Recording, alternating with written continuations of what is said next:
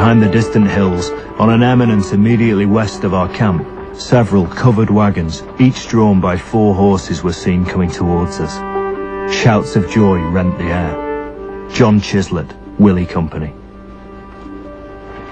When the people of the camp sighted us approaching, they set up such a shout as to echo through the hills. Harvey Clough, Rescue. We found them in a condition that would stir the hardest heart. They were out of provisions, freezing, and starving to death. Daniel W. Jones, Rescue. The men from the valley turned over to me flour, potatoes, onions, and a limited supply of warm clothing, besides quilts, blankets, buffalo robes, woolen socks. That evening, for the first time in quite a period, the songs of Zion were to be heard in the camp. John Chislett, Willie Company. In my opinion, had the rescue not come when it did, within 48 hours of the storm on the 19th of October, the death would have begun to skyrocket.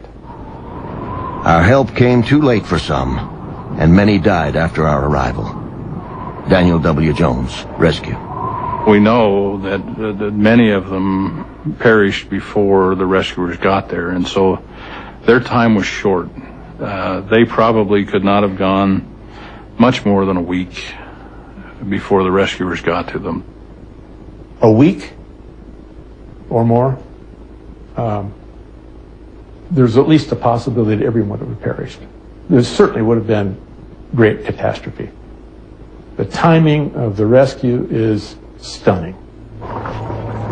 6 well-loaded wagon teams and teamsters were left with the company, and the rest of us pushed on, for as yet we had no information as to where the other handcart and 2 independent wagon companies were. Harvey Clough, Rescue. By now, the rescuers had been on the trail for weeks, and their own provisions were nearly gone. Having seen the sufferings of Brother Willie's company, we more fully realized the danger the others were in. Daniel W. Jones, Rescue.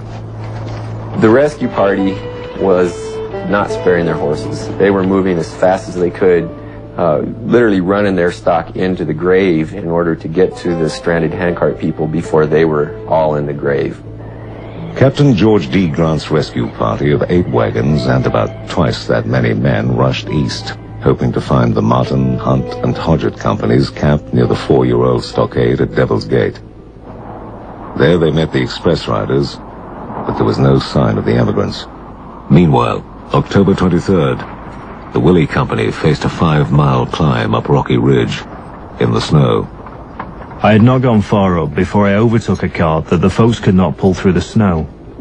I helped them along and we soon overtook another.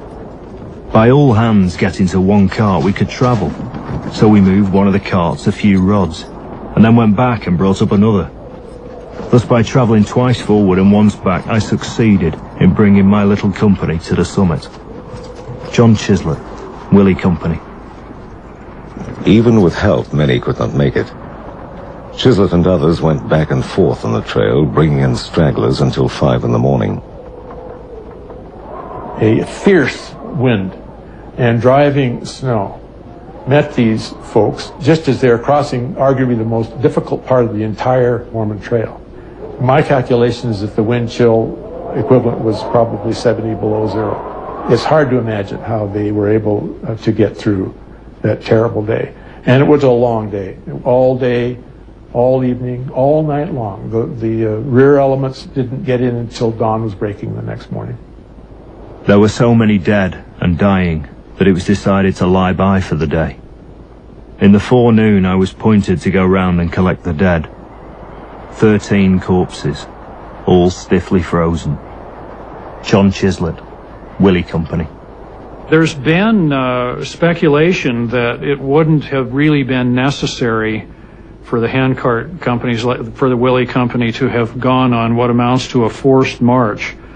But if you put yourself in the shoes of the rescue group, The hardest part of the trip was yet ahead of them, and that was crossing the Wasatch Mountains. And one real good snowstorm would have closed those roads over the Wasatch. So they needed to get down the trail and get over those mountains as quickly as possible. Meanwhile, the Martin Company had floundered after crossing the North Platte. Thursday, 23rd of October. We've travelled 5 miles. For several days we've been weatherbound in consequence of a heavy fall of snow. Friday the 24th, no travelling. Saturday the 25th, no travelling. Our rations reduced to 8 ounces of flour for adults and 4 ounces for children.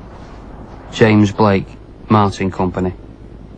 I was 6,000 or 7,000 miles from my native land, in a wild, rocky mountain country, a destitute condition, the ground covered with snow, the waters covered with ice, and I with 3 fatherless children, with scarcely nothing to protect them from the merciless storms.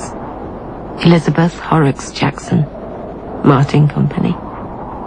Ahead on the trail, the Willie Company began to move again towards the valley. October 25th. We commenced our march again. Nothing much of note transpired, except people died daily. Levi Savage, Willie Company. The Martin Company was still trapped in the snow at Red Buttes, the wagon trains behind them. Sunday the 26th, no travelling. Monday the 27th, no travelling. While Captain Grant and the wagons waited at Devil's Gate Stockade, 3 express riders on fast horses were searching for the Martin Company. We saw a white man's shoe track in the road. Brother Young called out, "Here they are!" We put our animals to the utmost speed and soon came in sight of the camp at Red Bluff. Daniel W. Jones, Rescue. Tuesday the 28th of October, when they first made their appearance, I do not think there was one in camp but shed tears of joy. James Blake, Martin Company. Many declared we were angels from heaven. Daniel W. Jones, Rescue. The 3 walked through what seemed to be a frozen death camp. Word spread that wagons, food, and supplies were only 3 days' distance.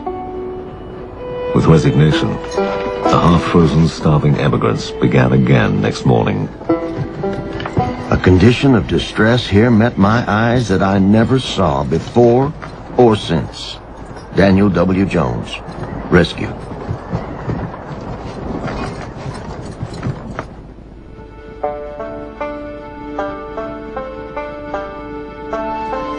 The 3 express scouts, Joseph A. Young, Abel Garr, and Daniel W. Jones, began leading the suffering emigrants toward Devil's Gate and the waiting rescue wagons. The train was strung out for 3 or 4 miles. There were old men pulling and tugging their carts, sometimes loaded with a sick wife or children. Women pulling along sick husbands. Little children 6 to 8 years old struggling through the mud and snow. As night came, the mud would freeze to their clothes and feet. Daniel W. Jones, Rescue. They're dying on a daily basis. We don't know how many, but people are dying every day as they struggle 5, 6, 7, 10 miles a day trying to get to Devil's Gate. November the 1st. There was a foot or 18 inches of snow on the ground. As there were but 1 or 2 spades in camp, the emigrants had to shovel the snow with their frying pans or tin plates before they could pitch their tents. And the ground was frozen so hard that it was almost impossible to drive the tent pegs into it. John Jakes, Martin Company. The snow lay several inches deep upon the ground. The night was bitterly cold. I sat down on a rock with 1 child in my lap and on each side of me. In that condition I remained until morning. Elizabeth Horrocks Jackson, Martin Company.